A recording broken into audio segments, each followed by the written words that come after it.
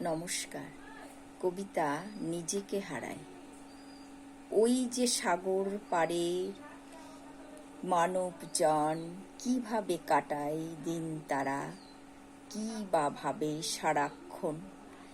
যারা পায়নি শহরের কোনো ছোঁয়া, যাদের কাছে পৌঁছায়নি দুনিয়ার নতুন মায়া, যারা জড়িত আছে বন জঙ্গল আর ধুলা কাদায়, যাদের কাছে ঘিরে রেখেছে বৌদ্ধ কবিরাজ আর তান্ত্রিক ছলনায়, তারাও কি আমার মতন চঞ্চল? সর্বদা কি থাকে তারা ভাবনায় টলমল?